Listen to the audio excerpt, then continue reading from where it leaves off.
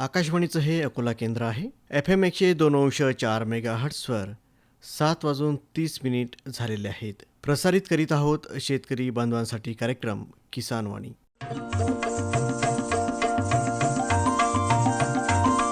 किसानवाणी किसानवाणी किसानवाणी किसानवाणी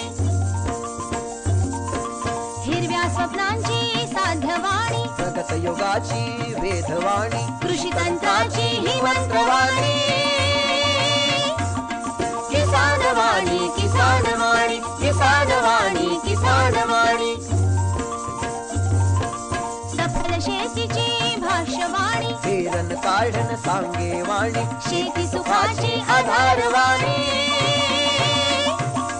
किसानवाणी किसानवाणी किसानवाणी किसानवाणी किसानवाणी किसानवाणी किसानवाणी किसानवाणी किसानवाणी किसानवाणी किसानवाणी किसानवाणी किसानवाणी किसानवाणी किसानवाणी किसानवाणी किसानवाणी किसानवाणी. भारत सरकारच्या कृषी आणि शेतकरी कल्याण मंत्रालयाच्या वतीनं प्रायोजित किसानवाणी कार्यक्रमात मी सचिन म्हैसने आणि मी संपदा ढोके आपलं सहर्ष स्वागत करीत आहोत. नमस्कार. आजच्या कार्यक्रमाचे सादरकर्ते आहेत सूरज गोळे. सचिन, मला सांग, आजच्या कार्यक्रमामध्ये आपण काय काय ऐकणार आहोत बरं? संपदा, आजच्या कार्यक्रमामध्ये बाजारभाव आणि हवामान तर आहेच, आणि सोबतच फोन इन कार्यक्रम प्रश्न तुमचे उत्तर आमचे, हा जो एक शेतकऱ्यांचा आवडता कार्यक्रम आहे तो तर आहेच. आणि आजचा जो विषय आहे तो आहे मशागतीय पद्धतीने कीड व्यवस्थापन, आणि सहभागी तज्ज्ञ आहेत डॉक्टर चारुदत्त ठिपसे, विषय विशेषज्ञ पीक संरक्षण, कृषी विज्ञान केंद्र अकोला, हे आज आपल्या स्टुडिओमध्ये आमंत्रित तज्ज्ञ आहेत. याच सोबत मला वाटतं हवामान वृत्त याकडे आपण वळायला पाहिजे.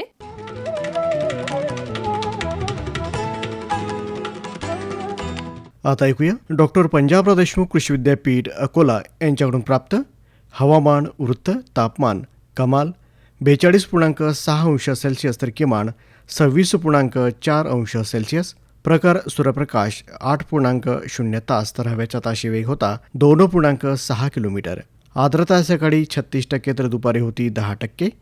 आणि मागील 24 तासात बाष्पीभवनाचा वेग 11.2 मिलीमीटर एवढा नोंदवण्यात आलेला आहे. आजचा पाऊस 0 मिलीमीटर, तर आजपर्यंतचा एकूण पाऊस 882.5 मिलीमीटर एवढा नोंदवण्यात आलेला आहे. आत्ताच आपण हवामान वृत्त जाणून घेतलं. अरे अरे अरे क्या कर रहा है? इधर इधर इधर, हम बोल रहे हैं तेरे बीजू का. उतला बोल रहा है? हाँ, पक्षियों से तो हम खेत को बचा लेते हैं, पर इन घातक रसायनों से कैसे बचाएं? मतलब? देख बेटा, तू जो ये अंधाधुंध रसायन मिलाता है ना, मिट्टी की सेहत बिगड़ने लगी है. और जब माटी ही कमजोर पड़ जाएगी तो उपज कैसे सेहतमंद होगी? अरे पहले ऐसा नहीं था. पूछना अपने बड़े बुजुर्गों से, कैसे फसल लहलहाती थी, शुद्धता झलकती थी. हाँ, माटी भी तंदुरुस्त और लोग भी. अरे पहली वाली बात कहाँ? पर अब तो सब यही डाले हैं. सब नहीं, आज भी लाखों जागरूक किसान परंपरागत विधि से फसल उगा रहे हैं. खर्चा कम और उपज की कीमत भी बेहतर पा रहे हैं. सच है? रे बेटे, एक्सपीरियंस से बता रहे हैं. धूप में बाल सफेद नहीं किए हैं. हाँ. ठीक है भाई, मैं भी आज से जैविक खेती शुरू करूंगा. माटी से प्रेम की परंपरा है. परंपरागत खेती.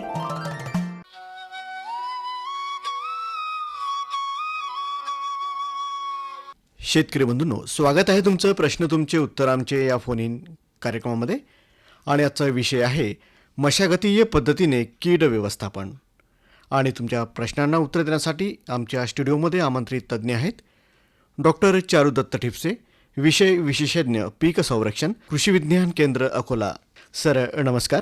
नमस्कार. पीक म्हटलं की कीड हे खूप एक जवळचं नातं आहे. शेतकऱ्यांचं असं राहतं की जेव्हा आपल्या पिकावर जेव्हा कुठली कीड दिसते किंवा कुठला रोग दिसते तेव्हाच ते समजतात पिकावर आपल्याला उद्या परवा फवारणी करायची आहे म्हणून. बरोबर. कीड आलीच नाही पाहिजे आपल्या पिकांमध्ये. तर सर या संदर्भात आपल्याला काय सांगता येईल? कीड आल्यानंतर खर्चिक उपाय करण्यापेक्षा कीड माझ्या शेतात, आपण आता जसं म्हणालात की माझ्या शेतात किडीचं प्रमाणच कमी राहिलं पाहिजे, याकरता देखील आपल्याला उपाययोजना करता येतात. आणि त्याच उपाययोजना म्हणजे मशागतीय कीड व्यवस्थापन. या मशागतीय कीड व्यवस्थापन पद्धतीमध्ये प्रचलित शेती पद्धती जी आहेत, शेतकरी ज्याप्रमाणे मशागत करतात त्याच तंत्राचा समावेश असतो. पेरणीसाठी शेत तयार करण्यापासून तर पीक काढणीपर्यंतच्या विविध पद्धतींमध्ये थोडाफार बदल जर आपण केला अच्छा. तर नक्कीच किडीचं प्रभावीरित्या व्यवस्थापन करणं आपल्याला शक्य होतं. या पद्धतीचा अवलंब जर आपण केला तर किडीचा प्रादुर्भाव जो भविष्यात आपल्या पिकावर पीक वाढीच्या अवस्थेमध्ये जो प्रादुर्भाव होणार असतो तो प्रादुर्भाव, किडीचं प्रजनन, किडीची संख्या वाढ, त्याचा प्रसार आणि किडीच्या जिवंत राहण्याची जी क्षमता आहे, आपल्या पिकाचं नुकसान करण्याची जी क्षमता आहे ती आपल्याला कमी करता येऊ शकते आणि पिकाचं होणारं संभाव्य नुकसान आपल्याला टाळता येतं. अर्थातच गाव पातळीवर सामुदायिकरित्या या पद्धतीचा जर अवलंब केला तर किडीचं अधिक चांगलं व्यवस्थापन होऊ शकतं. एखादा रोग झाल्यानंतर महागडा औषधोपचार करण्यापेक्षा आपल्याला तो रोग होणारच नाही याची काळजी घेणं हे अतिशय महत्त्वाचं असतं. आणि ह्याच तंत्रावर, ह्याच तत्त्वावर कीड व्यवस्थापनाची ही मशागतीय जी पद्धत आहे ही अवलंबून आहे, यावरच आधारित आहे. पिकांवर किडीचा प्रादुर्भाव झाल्यानंतर कीड व्यवस्थापनाची खर्चिक उपाययोजना करण्यापेक्षा, म्हणजे मग किडीचा प्रादुर्भाव जर पिकावर झाला की मग शेतकऱ्यांना वाटतं की आता आपल्या पिकाचं खूप मोठ्या प्रमाणात नुकसान होणार आहे आणि मग लगेच रासायनिक कीटकनाशकांचा वापर करून ते किडीचं व्यवस्थापन करतात. मग असं न करता खर्चिक उपाययोजना करण्यापेक्षा मशागतीय पद्धतीने किडीच्या प्रादुर्भावास प्रतिबंध करून किडीचे प्रमाण आपल्याला कमी करता येऊ शकते. आणि या पद्धतीचा जर आपण अवलंब केला तर बिनखर्चाची किंवा कमी खर्चाची उपाययोजना करून किडीचा प्रादुर्भाव आटोक्यात ठेवणं हे सहज शक्य आहे. मशागत जर का म्हटलं तर शेतकऱ्यांच्या दृष्टिकोनातून जे एक वेळ असते किंवा जो एक महिना म्हटला तर चालेल, मार्च ते मे महिन्याचा जे आपले 2-3 महिने असतात, तर याच्यामध्ये जे आपले शेतकरी जास्त प्रमाणात मशागत करतात. बरोबर. कारण की खरीप पीक आपल्या समोर असतो. तर मशागत करताना याच्यामध्ये पण कुठली काळजी आपल्या शेतकऱ्यांनी घ्यायला पाहिजे? कारण की जेव्हा आपण मशागत करतो तर ती दिवसाच करायला पाहिजे का? बरोबर. आणि नांगरटी करताना ती किती खोलवर करायला पाहिजे, नियोजन आपल्या शेतकऱ्यांनी करायला पाहिजे? बरोबर आहे ना. रब्बी हंगामातलं पीक असेल किंवा खरीप हंगामातलं कपाशीसारखं पीक असेल, अच्छा. म्हणजे काय की पूर्वीचा आपला हंगाम संपला की लगेच जमिनीची मशागत करणं हे अतिशय गरजेचं असतं. लगेच ज्यावेळेस आपण मशागत करतो त्यावेळेस एप्रिल मे हे जे आपल्याकडचे उन्हाळ्याचे महिने आहेत, ज्यावेळेस तापमान चांगलंच वाढलेलं असतं. आता यावर्षी देखील आपण बघतोय की 45 डिग्री सेंटीग्रेडपर्यंत देखील तापमान गेलेलं आहे. तर अशा या तीव्र उन्हात जमीन ही तापली पाहिजे. जमीन नांगरल्यामुळे एकतर काय होतं की जमिनीतील सुप्तावस्थेतील किडींचा तीव्र उन्हामुळे तसंच कीटकभक्षी पक्ष्यांनी खाल्ल्यामुळे नाश होतो. होतं काय की ज्यावेळेस ट्रॅक्टर शेतामध्ये जातो त्यावेळेस आपण बघितलं असेल की बगळे असतील, मैना असतील, कोतवाल असतील, कावळे असतील, असे हे जे कीटकभक्षी पक्षी आहेत हे लगेच ट्रॅक्टरच्या मागे येतात आणि जमीन जशी जशी उकलल्या जाते त्यावेळेस जमिनीमधल्या सुप्तावस्थेतल्या ज्या किडीच्या अवस्था आहेत त्या अवस्था उघड्यावर येतात आणि पटापट ह्या जे कीटकभक्षी पक्षी आहेत हे त्या अळ्या असतील किंवा किडीच्या सुप्तावस्था असतील, कोश असतील, हे सगळं वेचून खायला लागतात आणि त्यामुळे पुढील हंगामात होणारा किडीचा प्रादुर्भाव आपल्याला कमी करता येऊ शकतो. तो टाळण्यास मदत होते. उन्हात जमीन तापल्यामुळे विविध रोगकारक बुरशींचा देखील नाश होण्याकरता मदत होते. तसंच पीक उगवणीनंतर देखील आपल्याला वेळोवेळी आंतरमशागत करून किडीचं प्रमाण कमी करता येऊ शकतं. आपण वेळेबद्दल बोललात. हां. तर वेळ याकरता महत्त्वाची. उन्हाळा जास्त असल्यामुळे किंवा ऊन जास्त असल्यामुळे कधीकधी रात्रीला मशागत केल्या जाते. नक्कीच. पण रात्री ज्यावेळेस आपण मशागत करतो, रात्रीच्या वेळेस ज्यावेळेस अंधार पडल्यानंतर ज्यावेळेस ट्रॅक्टर आपण शेतामध्ये नेतो त्यावेळेस त्यामागं कुठलाही कीटकभक्षी पक्षी येत नाही आणि जमीन उकलल्यानंतर जी किडीच्या सुप्तावस्था पक्ष्यांनी खाल्ल्यामुळे नष्ट व्हायला पाहिजेत तर त्या होत नाहीत. एकतर सकाळच्या वेळेस हे व्यवस्थापनाची उपाययोजना केली, ट्रॅक्टर असतील, मशागत जर त्यावेळेस आपण केली तर नक्कीच कीटकभक्षी पक्षी त्या ठिकाणी येतील आणि किडीच्या सुप्तावस्था वेचून खातील आणि किडीचं प्रमाण कमी होण्यास निश्चितच मदत होईल. कीड व्यवस्थापनामध्ये शेतकरी शेणखत पण टाकतात आपल्या शेतीमध्ये. हो. त्याचाही काही परिणाम कीड व्यवस्थापनामध्ये होऊ शकतो का?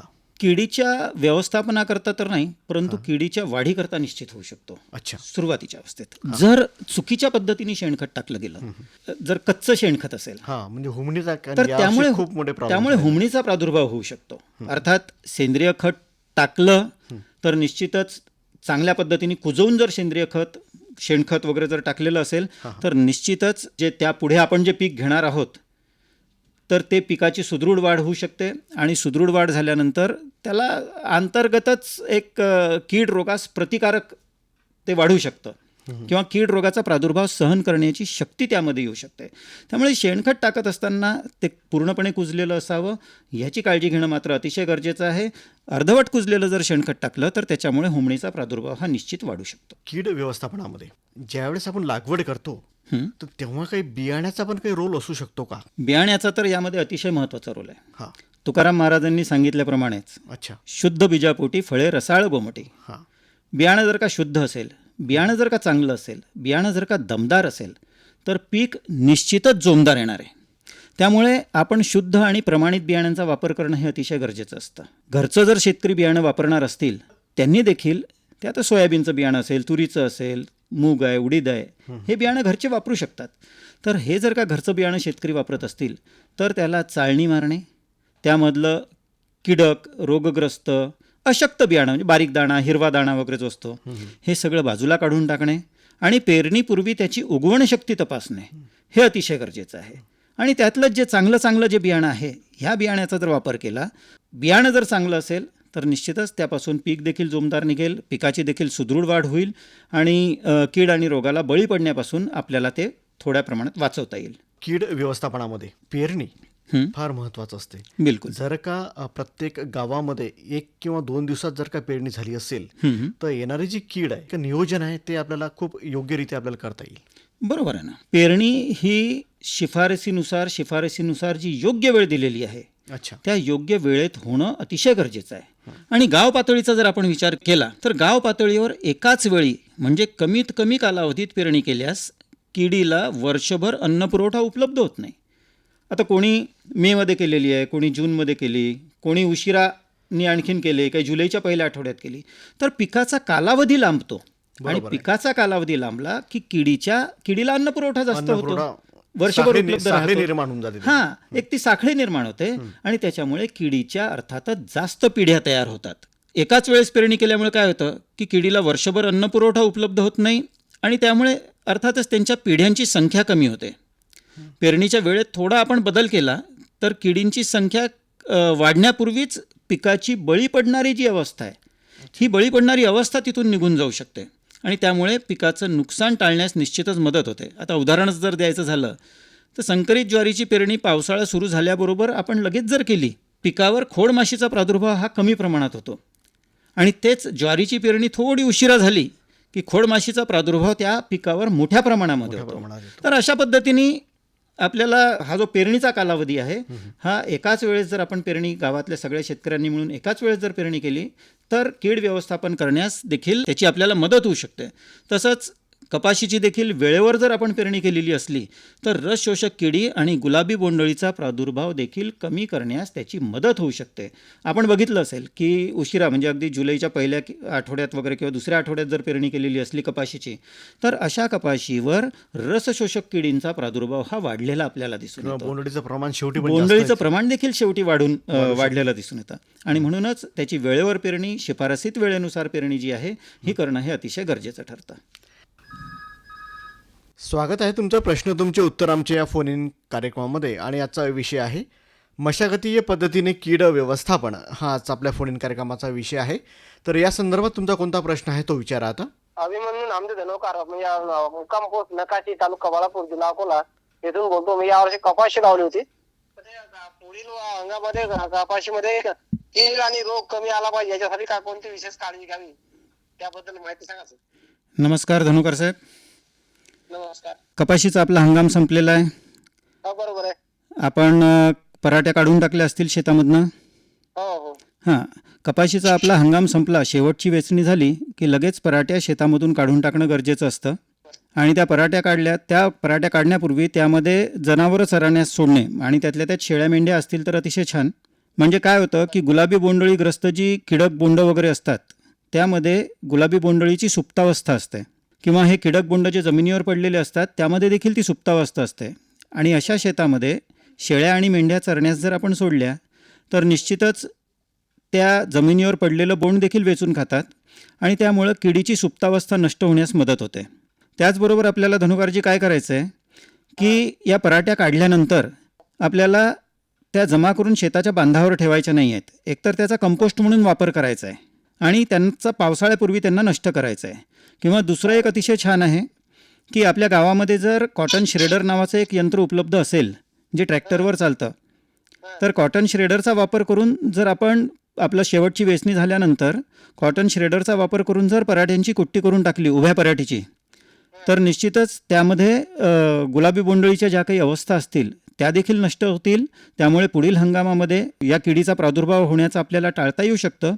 आणि त्याचबरोबर पराठीची कुट्टी जी जमिनीवर पडते, शेतामध्ये पडेल, तर त्यामध्ये आपल्या जमिनीचं आरोग्य म्हणजे त्यामधला जो सेंद्रिय कर्ब आहे तो वाढण्यास देखील मदत होऊ शकेल. कॉटन श्रेडरचा वापर करण्याचे हे दुहेरी फायदे आहेत. तर त्याच्यामुळे जमीन सशक्त करणे आणि त्याचबरोबर पुढील हंगामातील आपल्याला किडीचा प्रादुर्भाव टाळणे हे दोन्ही उद्देश आपले साध्य होऊ शकतात. तेव्हा अशा प्रकारे जर आपण व्यवस्थापन केलं तर गुलाबी बोंडअळीचा प्रादुर्भाव निश्चित कमी होऊ शकतो. त्याचबरोबर पुढील हंगामामध्ये पेरणी करत असताना कपाशीच जर लावायची, एकतर पिकाची फेरपालट केली पाहिजे. कपाशीच्या शेतामध्ये पुन्हा कपाशी लावणं गरजेचं नाही, ती लावूच नये. त्यामुळे या हंगामातील किडीच्या ज्या सुप्तावस्था आहे त्याचा पुढील हंगामामध्ये देखील प्रादुर्भाव होऊ शकतो. परंतु दुसऱ्या शेतामध्ये जर आपण कपाशीची लागवड करत असाल तर पानांवर लव असणाऱ्या ज्या जाती आहेत अशा पद्धतींच्या जातीची निवड करावी, जेणेकरून आपल्या कपाशीवर रसशोषक किडींचा प्रादुर्भाव देखील कमीत कमी राहू शकेल. ठीक आहे सर. धन्यवाद. जेव्हा आपण पिकांची लागवड करतो तर त्याच्यामध्ये सापळा पीक बरेचदा म्हटलं जातं. हो हो. तर सापळा पीक म्हणजे नेमकं काय? आपण बघतो की काही किडींचा जो प्रादुर्भाव आहे हां. तो मुख्य पिकापेक्षा काही इतर पिकावर आपल्याला जास्त प्रमाणात आढळून येतो. अच्छा. म्हणजे काय की त्याला ते पीक आवडतं आणि त्याचाच आपण सापळा म्हणून वापर करू शकतो. असं म्हणायला काही हरकत नाही, कीड यायच्या आधी हां हां. एक संकेत म्हणून त्याचा उपयोग आपण संकेत म्हणून त्याचा. आणि त्यातल्या त्यात कसं आहे की त्या पिकावर प्रादुर्भाव व्हायला आपल्याला दिसायला सुरुवात झाली की आवडीच्या पिकावर तिथं प्रादुर्भाव दिसायला आपल्याला सुरुवात झाली की याचाच अर्थ असा की या किडीचा प्रादुर्भाव पुढं वाढत जाणार आहे.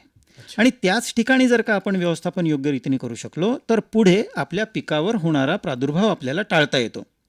आता किडींना आकर्षित करणाऱ्या असे जे पिकं आहेत की ज्यावर किडींचा अगदी सुरुवातीलाच प्रादुर्भाव होतो, तर अशा पिकांनाच सापळा पिकं म्हणतात. अच्छा. आता मुख्य पिकात किंवा मुख्य पिकाच्या सभोवताली आपण सापळा पिकाच्या 2 ओळी जर लावल्या, किडीचं व्यवस्थापन आपण चांगल्या रीतीने करू शकतो. जसं आपल्याकडे आपण सोयाबीनमध्ये बघतो की सोयाबीन पिकाच्या चारही बाजूला एरंडी किंवा सूर्यफुलाच्या जर आपण 2 ओळी लावल्या तर सोयाबीनवर येणाऱ्या पानं खाणाऱ्या ज्या अळ्या आहेत त्या एरंडीच्या मोठ्या पानांवर अंडी घालतात किंवा सूर्यफुलाचं जे पान मोठं असतं त्यावर अंडी घालतात. म्हणजे आपण स्पोरोप्टेरासारखी जी अळी म्हणतो, बरोबर आहे. तर ते त्या ठिकाणी अंडी घालतात. आणि त्यामुळे काय की फिरत असताना निरीक्षण करून किडीचं अंडी अवस्थेतच आपल्याला त्या ठिकाणी व्यवस्थापन करता येतं. किंवा आपण बघा धुऱ्याने फिरत असताना एरंडीचं एखादं जे झाड आहे तर त्या पानावर आपल्याला अशा खूप मोठ्या प्रमाणामध्ये अळ्या दिसतात आणि त्या पानाची पूर्ण चाळणी करून टाकलेली असते. कारण काय की त्या अळ्या लहान असताना त्या ठिकाणी एकाच ठिकाणी त्याचं आपण पटकन व्यवस्थापन करू शकतो, पण पहिली आणि दुसरी अवस्था त्या ठिकाणी राहते. परंतु एकदा का अळी मोठी झाली की मग ती पूर्ण शेतभर पसरते आणि आपल्या पिकाचं नुकसान करायला लागते आणि नंतर मग आपल्याला त्याची व्यवस्थापनाची पूर्ण शेतभर उपाययोजना आपल्याला ही करावीच लागते. तर त्यामुळे काय करायचं आहे की अशा पद्धतीचं सापळा पीक जे आहे, सोयाबीनच्या बाबतीत जर आपण विचार केला तर एरंडी असेल, सूर्यफूल असेल, ह्याच्या 2 ओळी पिकाच्या सभोवती आपल्याला त्या ठिकाणी लावता येतील. त्याचप्रमाणे आपण कपाशीमध्ये मूग, चवळी असेल किंवा मका असेल, झेंडू असेल, यासारख्या पिकांच्या ओळी जर आपण पेरल्या तर काय होतं की नैसर्गिक मित्र कीटकांचं त्या ठिकाणी संवर्धन होतं. अच्छा. आणि काट्याने काटा काढावा अशा पद्धतीने किडीचं व्यवस्थापन ते करत राहतात. आणि त्यामुळे आपल्या मित्रांचं संवर्धन त्या ठिकाणी होण्यासाठी मका असेल किंवा चवळी असेल हे कपाशीमध्ये लावणं अतिशय गरजेचं आहे. की शेतकरी खूप मोठ्या प्रमाणात रासायनिक खतं आपल्या शेतीमध्ये टाकतात की गरज नसतानाही ती अतिप्रमाणात होतं. तर आपण बघतो की कुठलीही गोष्ट जर का गरजेपेक्षा जास्त झाली बरोबर किंवा कमी झाली तर त्याचे दुष्परिणाम आपल्याला दिसायला लागतात. बरोबर. तर रासायनिक खतांच्या बाबतीत आपल्याला काय सांगता येईल? रासायनिक खतांचा हा जो वापर आहे प्रत्येक पिकाची गरज वेगवेगळी असते. अच्छा. त्याचप्रमाणे प्रत्येक शेतकऱ्याच्या जमिनीमध्ये उपलब्ध अन्नद्रव्यांचं प्रमाण देखील वेगवेगळं असतं. माती परीक्षणाच्या आधारावरच रासायनिक खतांचा वापर हा केला गेला पाहिजे. कारण माती परीक्षणाच्या आधारावरच जर आपण ज्यावेळेस रासायनिक खतांचा वापर करू तर त्यावेळेस काय होतं की पिकांना योग्य तेवढंच अन्नद्रव्य दिलं जातं, आवश्यक तेवढं पिकाला गरजेनुसार अन्नद्रव्य मिळतं. त्याच्यामुळे कुठलाही घटक अन्नद्रव्याचा त्यामध्ये जास्त किंवा कमी होत नाही. आणि त्यामुळे पिकाला आवश्यक तेच मिळाल्यामुळे पिकाची वाढ देखील सुदृढ होते आणि सुदृढ वाढलेल्या पिकावर कीड आणि रोगाचा प्रादुर्भाव आपल्याला थोडा कमी प्रमाणात आढळून येतो किंवा त्यामध्ये एक इम्युनिटी जी आपण म्हणतो की ती पिकामध्ये तयार होते आणि पिकं सहनशील बनतात. त्याचबरोबर शेतकऱ्यांना वाटतं की आपलं पीक चांगलं हिरवंगार दिसावं, लुसलुशीत दिसावं आणि त्याची वाढ खूप लवकर चांगल्या पद्धतीने व्हावी आणि ह्याकरता म्हणून नत्रखताचा वापर हा थोडा जास्त प्रमाणात केला जातो. अच्छा. आणि नत्रखताचा वापर जर केला तर त्यामध्ये तुम्ही कुठलंही पीक घ्या, म्हणजे कपाशीसारखे जर आपण पिकाचा विचार केला त्यामध्ये नत्रखताचा जर वापर मोठ्या प्रमाणात केलेला असेल तर पीक हिरवगार होतं, लुसलुशीत होतं, रसदार होतं आणि निश्चितच त्यावर रसशोषक किडींचा प्रादुर्भाव, मावा असतील, तुडतुडे असेल, पांढरी माशी असतील, फुलकिडे असतील, तर अशा प्रकारच्या रसशोषण करणाऱ्या किडींचा प्रादुर्भाव त्यामध्ये जास्तीत जास्त वाढतो. तसंच जे कडधान्यवर्गीय पिकं आहेत, सोयाबीन असेल, हरभरा असेल, आता काही ठिकाणी म्हणजे युरिया फेकून देणे, पेरणीनंतर एक 15 दिवसांनी किंवा 20 दिवसांनी किंवा 1 महिन्यानी युरिया फेकणे ही देखील काही ठिकाणी पद्धत प्रचलित आहे. परंतु याच्यामुळे काय होतं की याच्यामुळे नुसतीच कडधान्य पिकांची शारीरिक वाढ होते. आपल्या खेड्यातल्या भाषेत, आपल्या शेतकरी भाषेत त्याला वेल्या जाणे असं देखील म्हणतात. बरोबर आहे. हां. किंवा आणि निश्चितच अशा वेळेस मग शाकीय वाढ जास्त होते, शारीरिक वाढ जास्त होते आणि फळधारणा कमी प्रमाणात होते आणि पीक रसदार झाल्यामुळे निश्चितच त्याकडे किडींचा प्रादुर्भाव हा जास्तीत जास्त होतो. कपाशीवर देखील रस शोषक किडींचा प्रादुर्भाव वाढतो आणि मग तो रस शोषक किडींचा प्रादुर्भाव आटोक्यात आणण्यासाठी मग पुन्हा रासायनिक कीटकनाशकांची फवारणी आणि अशा या दुष्टचक्रामध्ये मग शेतकरी सापडतो आणि त्यांचा तो खर्च जास्तीत जास्त वाढायला लागतो. त्याच्यामुळे रासायनिक खतांचा जो वापर आहे, हा रासायनिक खतांचा वापर हा शिफारसीनुसारच व्हावा हे अतिशय गरजेचं आहे आणि तो जर माती परीक्षणाच्या रिपोर्टच्या आधारावर जर केला तर ते अतिशय उत्तम होईल. तर सर, तुम्ही आज इथे आलात आणि मशागतीय पद्धतीने कीड व्यवस्थापन या विषयावर एक जे सखोल मार्गदर्शन आमच्या शेतकऱ्यांना केलं त्याबद्दल आकाशवाणीतर्फे आणि आमच्या शेतकऱ्यांतर्फे मी आपला आभारी आहे. धन्यवाद. धन्यवाद. शेतकरी बंधूंनो, आताच आपण प्रश्न तुमचे उत्तर आमचे हा फोन इन कार्यक्रम ऐकलात आणि विषय होता मशागतीय पद्धतीने कीड व्यवस्थापन आणि तुमच्या प्रश्नांना उत्तरे दिलीत डॉक्टर चारुदत्त ठिपसे, विषय विशेषज्ञ पीक संरक्षण, कृषी विज्ञान केंद्र अकोला यांनी.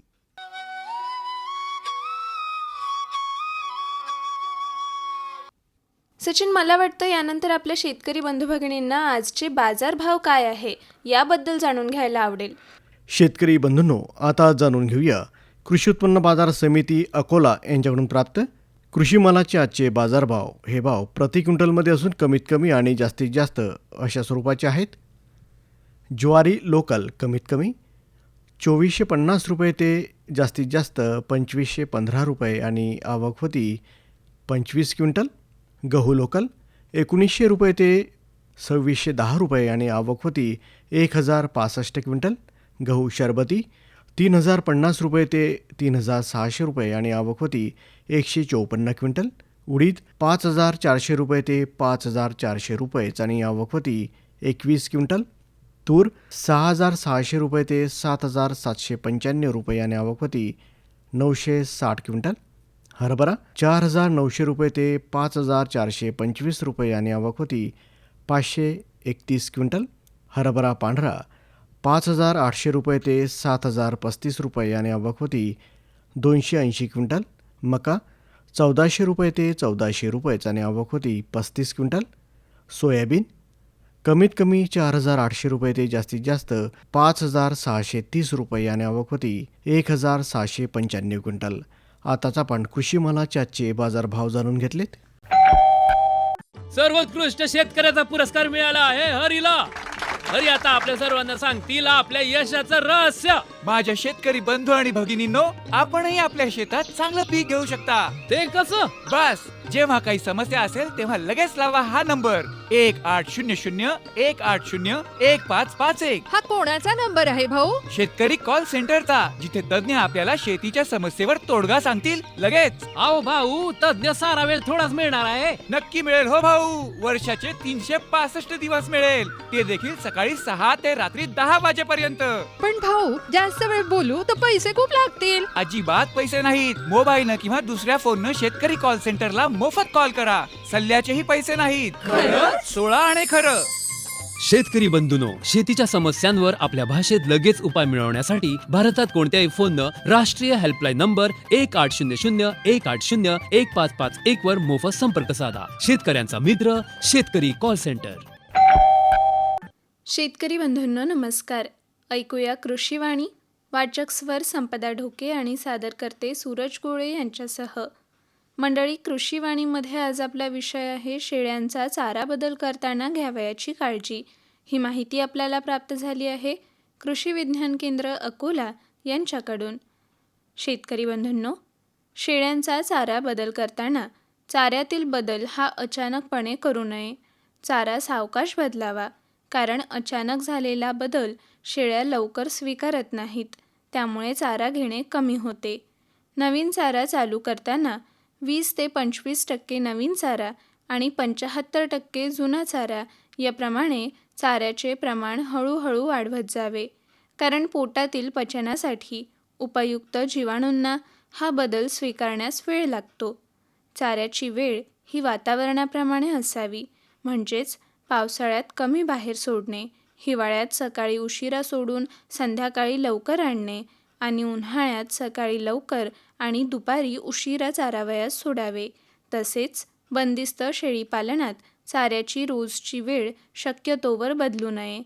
तर शेतकरी बंधूंनो, आताच आपण कृषीवाणीमध्ये ऐकलीत शेळ्यांचा चारा बदल करताना घ्यावयाची काळजी याविषयीची माहिती, जी आपल्याला प्राप्त झाली होती कृषी विज्ञान केंद्र अकोला यांच्याकडून.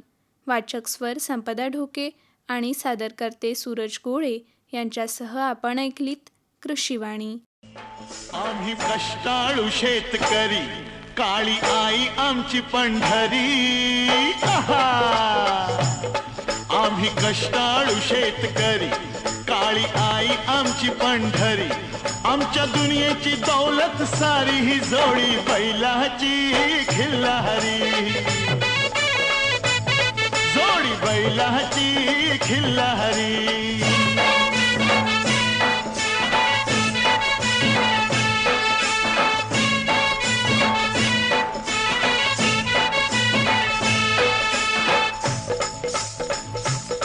शिंग बैलाची टोकदार, जणू भवानी तलवार.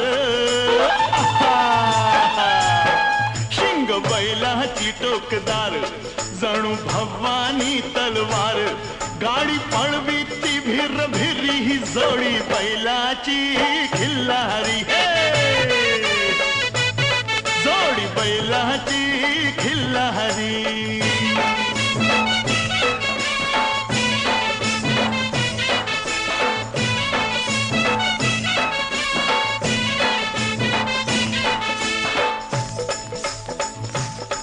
माझ्या बैलाचं वशिंड, जशी महादेवाची पिंड. अरे वा, माझ्या बैलाचं वशिंड, जशी महादेवाची पिंड. अवतरला नंदी भुवरी, न जोडी बैलाची खिल्लारी. ही जोडी बैलाची खिल्लारी.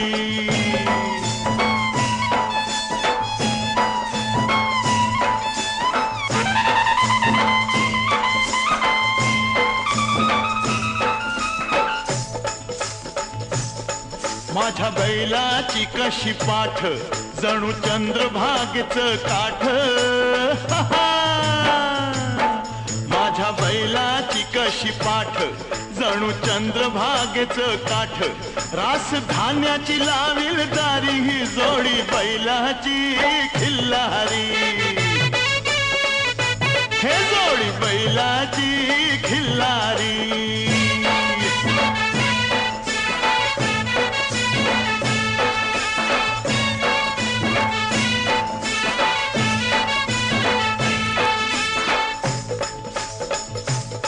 माझ्या बैलाची शेपटी, दुःख दारिद्र्या धोपटी. हे हे हा हा, माझ्या बैलाची शेपटी, दुःख दारिद्र्या धोपटी. आनंद नांदवी घरी, न जोडी बैलाची. न जोडी बैलाची खिल्लारी. आणि याचसोबत सचिन आपला वेळसुद्धा किसानवाणी या कार्यक्रमाचा संपत आलेला आहे आणि कार्यक्रमाच्या शेवटाकडे आपण आता वळलेलो आहोत. सचिन म्हैसने आणि मी संपदा ढोके यांना निरोप द्या. नमस्कार. आताच आपण भारत सरकारच्या कृषी आणि शेतकरी कल्याण मंत्रालयाच्या वतीनं प्रायोजित किसानवाणी कार्यक्रम आताच आपण ऐकलात. कार्यक्रमाचे सादर करते होते सूरज गोळे.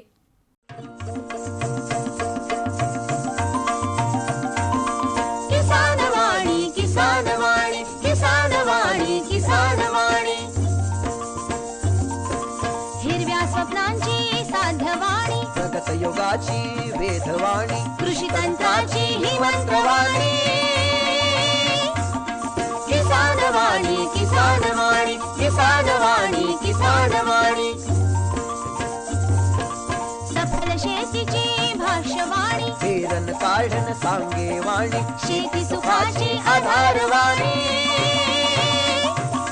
किसानवाणी किसानवाणी किसानवाणी किसानवाणी किसानवाणी किसानवाणी किसानवाणी किसानवाणी किसानवाणी किसानवाणी किसानवाणी किसानवाणी किसानवाणी किसानवाणी किसानवाणी किसानवाणी किसानवाणी किसानवाणी. आताच आपण शेतकरी बांधवांसाठीचा कार्यक्रम किसानवाणी ऐकलात.